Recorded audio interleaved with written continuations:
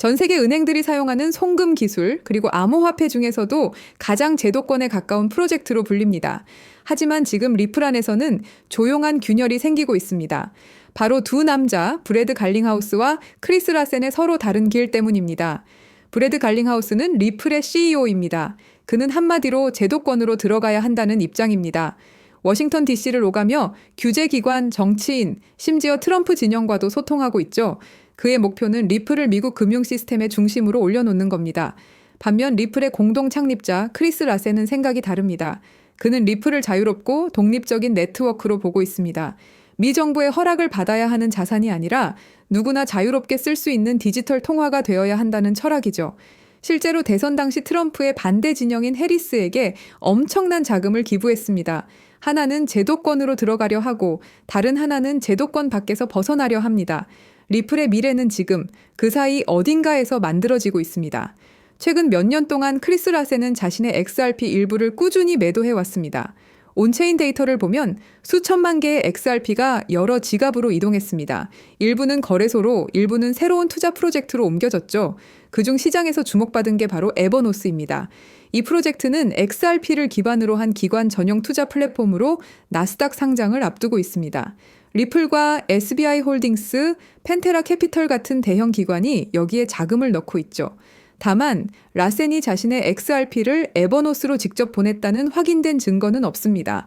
그는 단지 투자자 중 한 명으로 참여하고 있을 뿐입니다. 그래서 그의 XRP 이동은 매도인지 재배치인지 여전히 해석이 엇갈립니다. 리플은 이제 두 개의 방향으로 나뉘어 있습니다. 하나는 갈링하우스가 이끄는 제도권 리플, 다른 하나는 라센이 상징하는 탈중앙 리플입니다. 갈링하우스는 은행, ETF, RWA 같은 전통 금융시장과 협력해 리플을 합법적이고 안정적인 금융 인프라로 만들려 합니다. 반면 라센은 리플의 원래 비전인 은행이 없어도 누구나 송금할 수 있는 자유로운 네트워크를 강조합니다. 그는 리플 본사 밖에서 여러 블록체인 생태계와 환경 프로젝트를 지원하며 다시 초기의 철학적 가치를 되살리고 있습니다. 결국 리플은 지금 하나는 제도권으로 나아가고 하나는 블록체인의 이상을 지키려는 두 개의 리플이 공존하는 시기를 지나고 있는 겁니다. 에버노스는 단순한 투자 플랫폼이 아닙니다. 이건 리플이 제도권과 손을 잡는 첫 번째 실제 구조물입니다. SBI 홀딩스와 리플이 직접 투자했고 합병이 완료되면 오픈마켓에서 XRP를 매입해 기관용 트레저리를 만든다는 계획이죠. 쉽게 말해 리플을 은행이 공식적으로 쓸 수 있도록 하는 합법적 진입로를 만드는 겁니다. 이 프로젝트를 통해 리플은 미국 금융권 안으로 한 발 더 들어가게 될 테죠. 크리스 라센과 브래드 갈링하우스, 이 두 사람의 길은 달라졌지만 리플의 전체 그림은 오히려 더 커지고 있습니다. 라센이 상징하는 철학의 리플, 갈링하우스가 이끄는 제도권의 리플, 이 두 축이 동시에 움직이기 때문에 XRP는 지금 세계 어느 코인보다도 복합적인 가치와 잠재력을 갖게 된 겁니다. 그리고 여기서 중요한 인물이 하나 더 있습니다. 리플의 이런 움직임을 누구보다 오래전부터 이미 주목하고 있었던 그 인물. 그건 바로 도널드 트럼프. 지금부터 여러분께 들려드릴 이야기는 암호화폐 시장의 조금은 무거운 이야기입니다. 우리가 흔히 부르는 고래 혹은 세력이라고 불리우는 그 집단들이죠. 그 실체가 궁금하시다면 딱 10분만 집중해서 시청 부탁드립니다. 2011년 세상에 공개된 리플의 백서, 그 백서를 쓴 인물 바로 아서 브리토입니다. 대부분의 사람들은 그를 그냥 리플 창시자 혹은 뛰어난 개발자쯤으로만 알고 있죠. 하지만 그의 진짜 정체를 알게 되면 아마 소름이 끼칠지도 모릅니다. 아서 브리토는 철저히 베일에 쌓인 인물입니다. 리플의 공동 창립자이자 핵심 개발자였지만 그의 얼굴을 본 사람조차 거의 없습니다. 지금도 연락이 닿는 건 극소수 리플의 초기 개발팀 정도라고 알려져 있죠. 그런데 여기서부터 이야기는 이상하게 흘러갑니다. 브리토는 과거 미국 국방부 산하 첨단기술연구소인 다르파와 협력했고 심지어 NSA, 미국 국가안보국의 자문위원으로도 활동한 경력이 있다는 겁니다. 그리고 놀라운 건 현재 리플의 최고 기술 책임자이자 수석 개발자인 데이비드 슈워츠 역시 바로 NSA 출신입니다. NSA가 어떤 곳인가요? 2013년 내부 고발자 에드워드 스노든이 세상에 폭로한 그 이름, 미국 전역을 대상으로 불법 감청과 감시를 벌이던 그야말로 딥스테이트의 핵심 정보기관으로 지목된 바로 그 조직입니다. 여기서 우리가 주목해야 할 건 이건 더 이상 단순한 개발자의 경력이 아니라는 겁니다. 브리토와 슈워츠는 딥스테이트와 암호화폐를 연결짓는 결정적 인물일 수 있다는 거죠. 그리고 가장 수상한 대목, 아서 브리토는 리플 백서를 발표한 직후 갑자기 세상에서 사라졌습니다. 완전히 말 그대로 증발해버린 겁니다. 왜일까요? 답은 의외로 간단할 수 있습니다. 임무 완료. 시스템은 구축됐고 그의 자리를 대체할 사람, NSA 출신 데이비드 슈워츠도 남겨두었습니다. 그 후 리플은 진심으로 혁신을 추구하기 시작했습니다. 직원들은 진짜로 금융 시스템을 바꿀 수 있다고 믿었고 투자자들도 이 기술의 가능성에 매료됐죠. 그리고 그게 바로 딥스테이트의 진짜 계획이었습니다. 가짜 열정은 금방 들통납니다. 하지만 진짜 열정으로 만든 기술은 완벽한 도구가 됩니다. 의심할 수 없게 되니까요. 리플이 성공할수록, 더 많은 은행들이 채택할수록, 더 많은 사람들이 신뢰할수록 그들의 계획은 조용히 그러나 치밀하게 완성되어 가고 있었던 겁니다.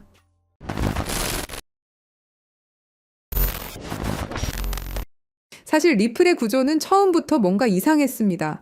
리플은 RPCA라는 방식으로 거래를 처리합니다. 쉽게 말해 전체 검증자 중 80%가 오케이 해야 거래가 승인되는 구조죠. 그런데 여기서 중요한 개념이 있습니다. 바로 UNL. 이게 무슨 말이냐면 믿을 수 있는 검증자 리스트를 따르는 구조라고 보시면 됩니다. 문제는 그 리스트를 누가 정하느냐는 거죠. 바로 기존 권력자들이 정합니다. 새로 들어오고 싶다면 허락을 받아야만 들어올 수 있습니다. 겉보기엔 마치 모두가 자유롭게 참여하는 개방된 시장 같지만 속을 들여다보면 결국 소수의 권력자들만 투표하는 시스템이죠. 국민 투표합니다라고 해놓고 미리 짜인 대표들만 투표권을 갖고 있는 구조와 다를 바 없는 겁니다. 이 구조 자체가 딥스테이트가 설계한 통제 시스템일 가능성이 있다는 게 저의 생각입니다. 그리고 딥스테이트는 리플에게 계획적으로 시련을 주는데요. 바로 SEC의 소송이죠. 여기서 잘 한번 생각해 보시면 SEC는 수천 개가 넘는 코인들 중에 왜 하필 리플에게 소송을 걸었을까요? 이건 단순한 규제가 아니라 치밀하게 짜여진 스토리일지도 모릅니다. 리플은 정부와 맞서 싸우는 암호화폐다라는 이미지를 심어주는 거죠. 그래야 사람들에게 리플은 정부와 싸우는 코인이다라는 이미지를 심을 수 있으니까요. 그리고 여러분도 아시다시피 리플의 승리로 인해서 정부를 이긴 영웅처럼 포장되죠. 그렇다면 딥스테이트는 이 모든 시나리오를 어떤 힘이 있길래 가능하게 할 수 있었던 걸까요?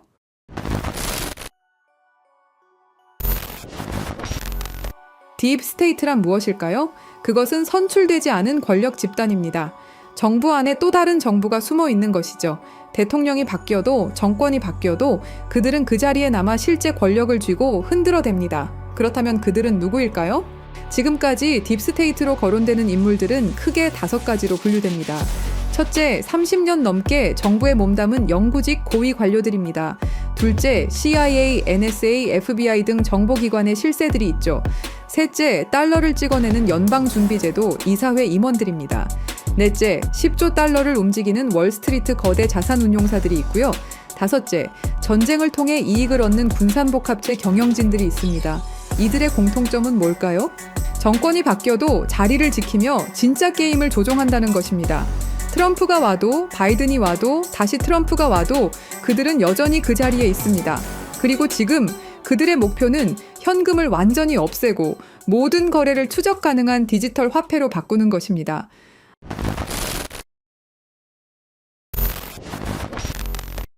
딥스테이트의 궁극적 목표는 현금을 완전히 없애고 모든 거래를 통제 가능한 디지털 화폐로 바꾸는 것입니다.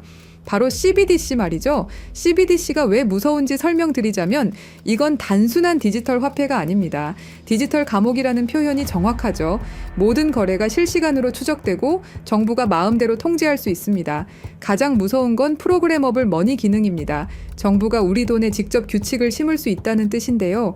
한국은행에서 실제로 공개한 예시를 보시면 CBDC를 사용할 경우 자녀 용돈 10만 원 중 2만 원은 오락비, 3만 원은 식비, 5만 원은 도서비로만 사용 가능하게 설정할 수 있다고 설명하죠. 예시는 부모가 자식에게 하는 거라고 하지만 이걸 국가와 국민으로 바꿔보면 어떨까요? 정부가 우리의 돈 사용처를 직접 정할 수도 있다라는 거죠. 일본 제품 사지 마라, 특정 지역에서만 써라, 3개월 후에는 자동으로 없어진다 같은 기능이 가능하다라는 겁니다. 상상만 해도 끔찍하죠. 그런데 이게 이미 현실이 된 곳이 있습니다. 바로 중국이죠. 중국의 사회 신용 시스템은 10억 대의 CCTV로 실시간 감시하면서 구매 내역 하나하나로 점수를 매깁니다. 담배 사면 감점, 기저귀 사면 가점, 점수가 낮으면 기차표도 살 수 없죠. 실제로 2020년까지 490만 명이 항공여행 금지, 165만 명이 기차여행 금지를 당했습니다. CBDC가 도입된다면 이런 일이 전 세계로 확산될 것이 분명하고요. 그렇게 된다면 모든 거래 실시간 추적, 언제든 계좌 동결 가능, 사용처를 정부가 제한, 돈의 유통기한 설정, 개인 신용점수에 따른 차별이 가능해지게 됩니다. 이게 딥스테이트가 100년 동안 꿈꿔온 완전 통제 사회죠.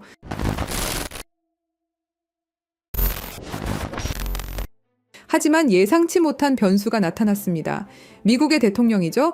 도널드 트럼프는 공식 석상에서 딥스테이트를 자신과 미국을 방해하는 정부 내 숨은 권력 집단이라고 규정해버립니다. 그리고 워싱턴의 기득권 정치 세력과 정보기관들이 뒤에서 조종하며 정책을 방해하고 각종 수사를 만들어낸다고 발언하죠.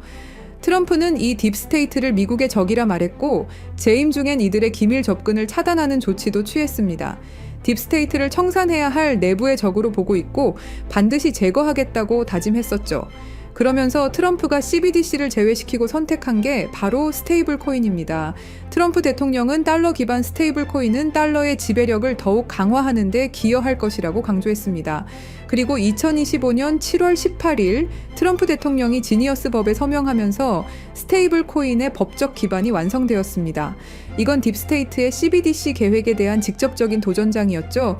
이제 두 시스템이 정면으로 충돌하고 있습니다.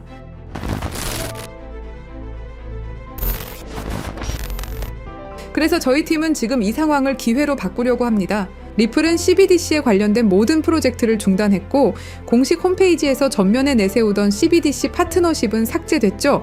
그리고 스테이블 코인을 출시했습니다. 트럼프 정부의 반 CBDC 정책으로 인해서 딥스테이트의 계획은 당분간 조용히 때를 기다릴 것으로 예상됩니다. 하지만 이게 끝이 아닙니다. 오히려 스테이블 코인 시장으로의 대대적인 자금 이동이 시작될 것이다 라는 판단입니다. 크립토 퀀트에 따르면 달러 기반 스테이블 코인 시장은 지난 1년간 46% 성장했고 세계 최대 스테이블 코인 발행사 테더는 작년에만 130억 달러, 한화로 19조 원의 순이익을 기록했습니다. 그리고 글로벌 투자은행 번스타인은 스테이블 코인 시장이 내년까지 5천억 달러에 도달할 것으로 전망했죠. 이건 지금 시장 대비 4배 이상의 성장을 의미합니다. 그렇다면 스테이블 코인 급성장 시 최대 수혜주는 어떻게 될까요? 여기서 핵심은 스테이블 코인이 폭발적으로 성장할 때 그 생태계를 뒷받침하는 다양한 인프라들이 함께 급등할 것이라는 점입니다. 주목해야 할 플레이어들은 정해져 있습니다. 직접적으로 보자면 서클, 테더, 월드리버티 파이낸셜이 있겠죠. 하지만 투자자 입장에서는 다른 관점을 생각해 봐야 됩니다. 인프라 생태계, 여기가 진짜 핵심이라고 할 수 있습니다. 스테이블 코인 거래량이 폭발하게 되면 뒷받침할 다양한 블록체인 생태계에 대한 수요가 기하급수적으로 증가할 겁니다. 현재 주류 체인들로는 절대 감당할 수 없는 수준의 거래량이 몰려오겠죠. 그때 필요로 하는 블록체인 기술은 고성능 레이어 1, 블록체인을 통한 대용량 거래 처리 능력, 레이어 2, 사이드체인 같은 확장 솔루션, 분산형 거래소 프로토콜, 디파이 네트워크, 브릿지 프로토콜 등이 있습니다. 느낌이 오셨나요? 우리는 이 흐름으로 최대 수혜를 받을 수 있는 프로젝트에 투자를 해야 됩니다. 이 중에서도 특히 주목해야 할 프로젝트가 바로 입니다. 이 코인은 지금 어떤 상호 운용성 제공업체보다도 더 많은 블록체인을 연결하고 있고 그 격차는 계속 벌어지고 있습니다. 서클과 같은 주요 기업들과의 파트너십을 통해 USDC와 EURS의 크로스체인 전송을 이미 지원하고 있죠. 파이어블락의 데이터에 따르면 2024년 스테이블 코인은 플랫폼 거래량의 거의 절반을 차지했으며 전 세계 USDC와 USDT 거래량의 상당량이 이미 이 코인을 통해 라우팅되고 있습니다. 이 코인은 30개 이상의 주요 메이저 네트워크를 연결하고 연결된 체인의 수정이 필요 없다는 큰 장점이 있습니다. 전 세계 굵직한 은행 금융기관들과 파트너십은 당연한 이야기죠. 글로벌 블록체인 상호 운용성 시장은 연간 25%에서 30% 성장하여 2030년까지 수십억 달러 규모에 달할 것으로 예상됩니다. 스콧 베센트 재무장관이 공식적으로 언급한 수조 달러 규모의 미국 국채 수요는 스테이블 코인 담보로 들어갈 국채 수요를 의미합니다. 이건 단순한 예측이 아닌 미국 정부의 공식 계획이며 스테이블 코인 시장의 기하급수적 성장을 의미합니다. 결국 이것은 단순한 투자 기회를 넘어서 우리가 어떤 미래에 베팅할 것인가의 문제입니다. 딥스테이트의 완전 통제 시스템은 트럼프로 인해 긴 휴식기에 들어갈 겁니다. 스테이블 코인이 CBDC를 완전히 대체하는 시나리오에서 그 막대한 생태계를 구성하는 핵심 인프라 프로젝트들이 상상을 초월하는 성장을 보일 것은 분명하죠. 스테이블 코인 생태계의 폭발적 성장과 함께 이 코인이 어떤 역할을 할지 함께 지켜보면 좋겠습니다. 그래서 이 중요한 정보를 구독자 여러분께 공유해 드리려고 하는데요. 공유 드리기 전에 아직도 안 누르셨다면 구독과 좋아요로 저희 채널에 힘을 더해 주시길 부탁드리겠습니다. CBDC는 통제사회로 가는 지름길이고 개인의 금융 자유를 제한하는 프로젝트입니다. 우리는 어떻게든 막아내야 합니다. 그렇다면 우리 개인들이 할 수 있는 일은 뭘까요? 스테이블 코인 시장의 발전에 관심을 갖고 신중하게 참여하는 것입니다. 댓글에 기회라고 남겨주시고 010-3378-6658로 기회라고 문자 보내주시는 분들에 한해서 구독자분인 거 확인하고 이 코인의 정보 한 분도 빠짐없이 공유 드리도록 하겠습니다. 010-3378-6658로 기회라고 단 두 글자 보내주시면 됩니다. 끝까지 시청해 주셔서 감사합니다.